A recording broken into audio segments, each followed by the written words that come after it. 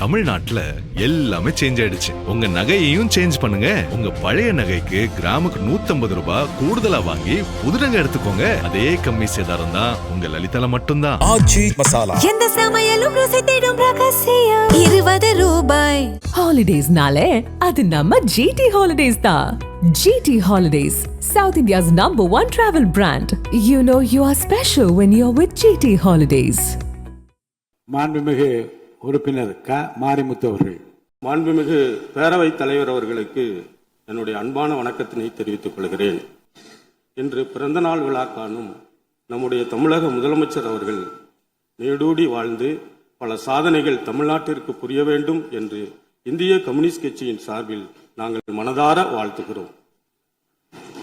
என்னை இந்த அவையில் நின்று பேசுவதற்கு வாய்ப்பளித்த இந்திய கம்யூனிஸ்ட் கட்சியினுடைய மதிப்புமிகு தலைவர்கள் வீரபாண்டியன், முத்தரசன் உள்ளிட்ட இந்திய கம்யூனிஸ்ட் கட்சியினுடைய தலைவர்களுக்கும், என்னுடைய வெற்றியை உறுதி செய்த திராவிட முன்னேற்ற கழகத்தினுடைய தலைவரும் முன்னாள் முதலமைச்சர் அவர்களுக்கும், அதேபோல எதிர்கட்சி தலைவராக இருக்கிற மதிப்புமிகு தலைவர் அவர்களுக்கும், அதேபோல திராவிட முன்னேற்ற கழகத்தினுடைய முன்னணி தலைவர்களுக்கும், திருத்துறைப்பூண்டி தொகுதி மக்கள் எனக்கு நம்பிக்கை வைத்து வாக்களித்திருக்கிற திருத்துறைப்பூண்டி தொகுதி மக்களுக்கும் நான் இந்த அவையில் நின்று கோடான கோடி நன்றிகளை தெரிவித்துக் கொள்ள கடமைப்பட்டிருக்கிறேன். நான் ஆளுநர் உரையை படித்து பார்த்தோம். இந்த ஆளுநர் உரையில் திராவிட நம்முடைய தமிழக வெற்றி கழகம் அளித்திருக்கிற தேர்தல் வாக்குறுதிகள் முழுவதுமாக நிறைவேற்றப்படும் என்று ஆளுநர் உரையில் மீண்டும் நிரூபித்திருப்பதை, உறுதிப்படுத்தியிருப்பதை இந்திய கம்யூனிஸ்ட் கட்சியின் சார்பில் நான் வரவேற்கிறேன். அதே நேரத்தில் தமிழ்நாட்டில் பன்னெடும் காலமாக நாம் கடைபிடித்து வந்து கொண்டிருக்கிற தமிழ், ஆங்கிலம் என்ற இருமொழி கொள்கைகளில் எந்த சமரசமும் இல்லாமல் அது முன்னெடுக்கப்படும் என்று அழுத்தமாக நம்முடைய ஆளுநர் உரையில் குறிப்பிட்டிருப்பதை இந்திய கம்யூனிஸ்ட் கட்சி பாராட்டுகிறது. அதே போல இந்தி மொழியை திணிப்பதன் மூலமாக மும்மொழி கொள்கையை தமிழ்நாட்டில் நடைமுறைப்படுத்துவதற்கு, செயல்படுத்துவதற்கு ஒரு நிர்பந்திக்கிற ஒன்றிய அரசை இந்த ஆளுநர் உரை சுட்டிக்காட்டியதோடு மட்டுமல்ல, தமிழ்நாட்டினுடைய பள்ளி கல்வித்துறைக்கு வழங்க வேண்டிய 3458 கோடி ரூபாயை உடனடியாக விடுவிக்காமல் இருப்பது சரியல்ல என்று சுட்டிக்காட்டியிருக்கும் இந்த அவையை, இந்த ஆளுநர் உரையை இந்திய கம்யூனிஸ்ட் கட்சி மனதார பாராட்டுகிறது. அதே நேரத்தில் இன்றைக்கு ஒரு நாட்டினுடைய முன்னேற்றம், ஒரு சமூகத்தினுடைய மனிதவள முன்னேற்றமும் அடிப்படையாக இருப்பது வகுப்பறையிலிருந்து தான் தொடங்குகிறது. ஆனால் தமிழ்நாட்டில் இருக்கிற பள்ளி கல்வித்துறையில் கிட்டத்தட்ட 18,000க்கும் மேற்பட்ட காலி இடங்கள் இருப்பதாக பத்திரிகை செய்திகள் எல்லாம் வந்து கொண்டிருக்கின்றன. மாண்புமிகு பேரவை தலைவர் வாயிலாக மாண்புமிகு முதலமைச்சர் அவர்களுக்கு நான் கனிவோடு சொல்லிக்கொள்ள கடமைப்பட்டு இருக்கிறேன்.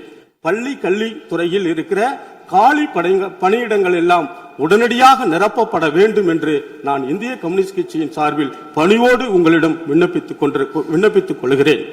அதே போல நம்முடைய நிதி அமைச்சகம் கடந்த சில நாட்களுக்கு முன்னால் ஒரு வெள்ளை அறிக்கையை வெளியிட்டு இருக்கிறது. அந்த வெள்ளை அறிக்கையில் மிக சிறப்பாக சொல்லி இருக்கிறார்கள், நிதியினுடைய கசிவுகள் தடுக்கப்படும், நிதி வருவாய் அரசாங்கத்திற்கு பெருக்குவதற்கான எல்லா முயற்சிகளையும் வெளிப்படைத்தன்மையோடு செயல்படுத்தப்படும் என்று ஒரு நல்ல ஊழலற்ற ஒரு நேர்மையான ஆட்சியை நாங்கள் தருவோம் என்று இந்த ஆளுநர் உரையில் சொல்லியிருப்பதன் மூலம் இந்த ஆட்சி ஒரு நல்ல அணுகுமுறையை, ஒரு நல்ல தொடக்கத்தை தமிழ்நாட்டில் தொடங்கியிருக்கிறது என்ற அந்த ஆளுநர் உரையை இந்திய கம்யூனிஸ்ட் கட்சி உண்மையிலேயே பெருமிதத்தோடு பாராட்டிக் கொள்கிறது.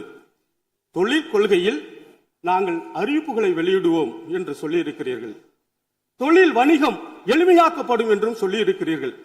ஆனால் இந்த தொழில் கொள்கைகளுக்கு பின்னால் இருக்கிற வெறும் பில்லராக இருக்கிற இந்த தொழில் கட்டமைப்பையே உருவாக்குகிற தொழிலாளர்களுடைய நலன், தொழிலாளர்களுடைய சட்ட உரிமை, தொழிலாளர்களுடைய கண்ணியமான வாழ்க்கைக்கான ஊதியம், தொழிலாளர்களுடைய ஓய்வூதியம், எதை பற்றியுமே இந்த கவர்னர் உரை பேசாமல் கடந்து போயிருக்கிறது.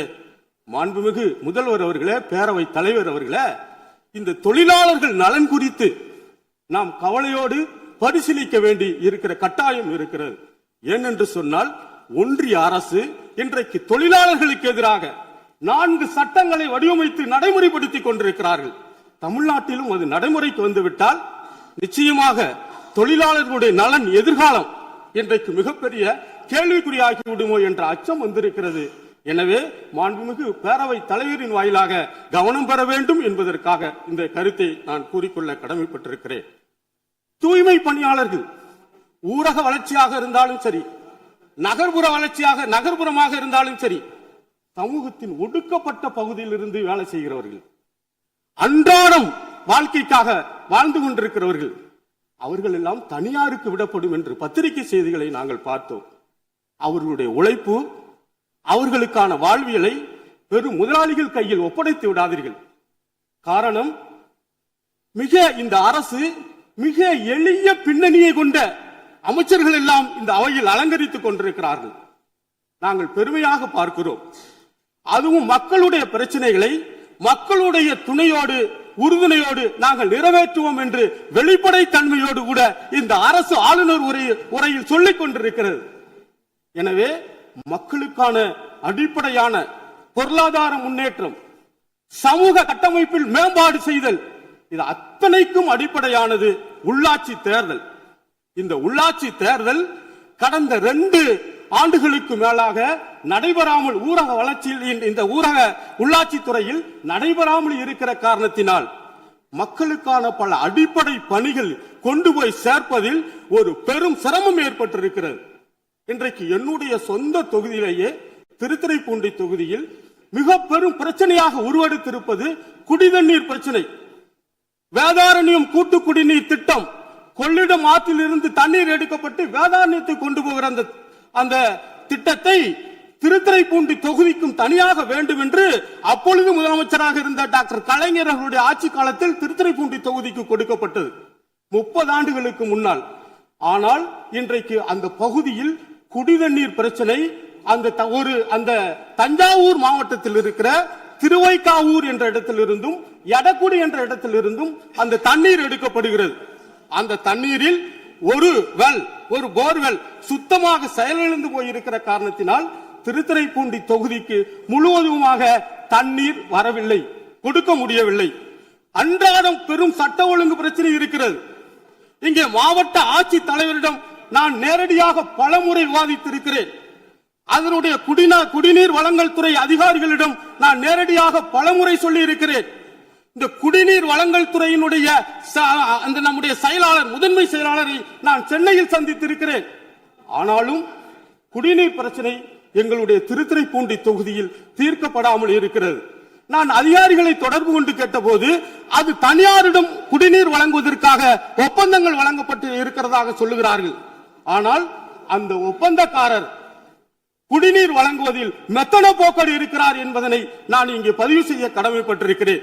எங்களுடைய தொகுதி மக்கள் குடிப்பதற்கு தவித்த வாய்க்கு தண்ணீருக்கு அல்லல் பட்டுக் கொண்டிருக்கிறார்கள் என்பதனை நான் முதலமைச்சரின் பார்த்து இருகரம் கூப்பி கேட்கிறேன். தீர்த்து வையுங்கள் என்று நான் முதலமைச்சர் அவர்களின் வாயிலாக இதை நான் மன்றாடி கேட்டுக் கொள்கிறேன். ஏனென்று சொன்னால் பெரும் பிரச்சனையாக திருத்துறைப்பூண்டியில் குடிநீர் பிரச்சனை உருவெடுத்து போயிருக்கிறது.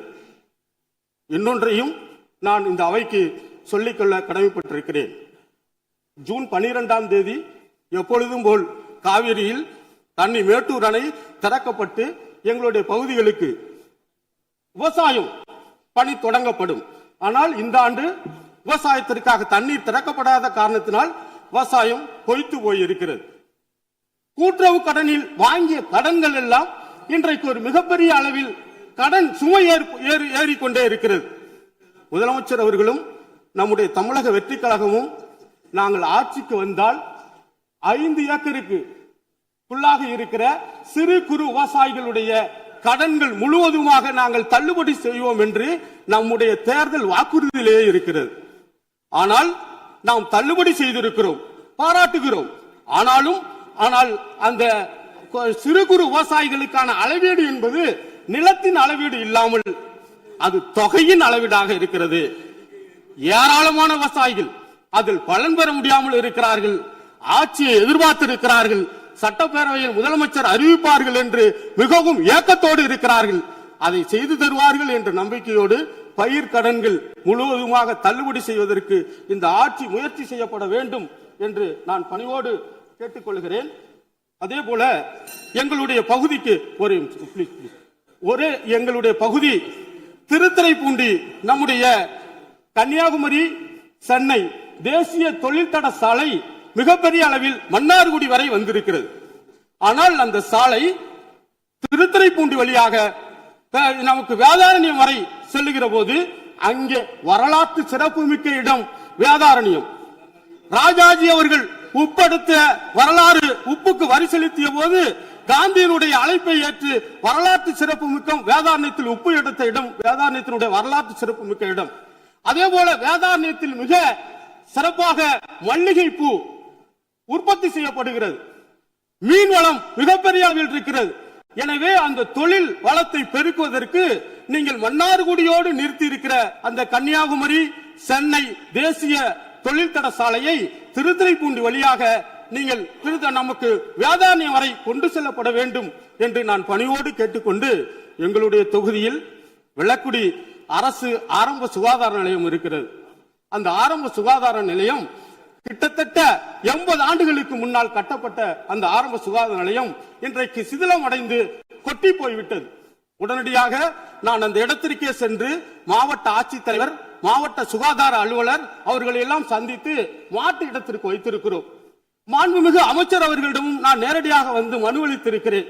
உடனடியாக அதுக்கு நிதி ஒதுக்கீடு செய்து கிட்டத்தட்ட எளிய மக்கள் பயன்படுகிற மருத்துவமனை, அந்த மருத்துவமனை அதை செய்து கொடுக்கப்பட வேண்டும் என்று கேட்டு திருத்துறைப்பூண்டியில் முத்துப்பேட்டையில் ஒரு அரசு கலை கல்லூரி இருக்கிறது.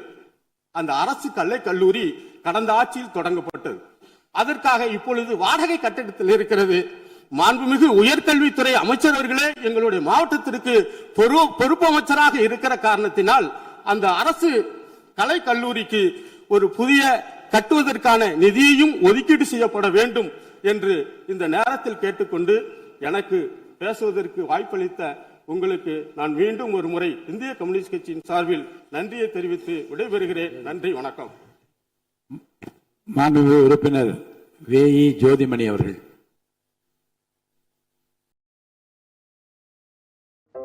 நக்கீரன் டிவிக்கு சப்ஸ்கிரைப் செய்யுங்கள். உங்கள் ஆதரவே எங்கள் பலம். ஆசிரியர்களுக்கு நண்பனாகவும் மாணவர்களுக்கு ஆசானாகவும் திகழும் தேர்வு வழிகாட்டி. ஒவ்வொரு பாடத்திற்கும் அனுபவமிக்க ஆசிரியர்களின் துல்லியமான தெளிவான விடைகள்.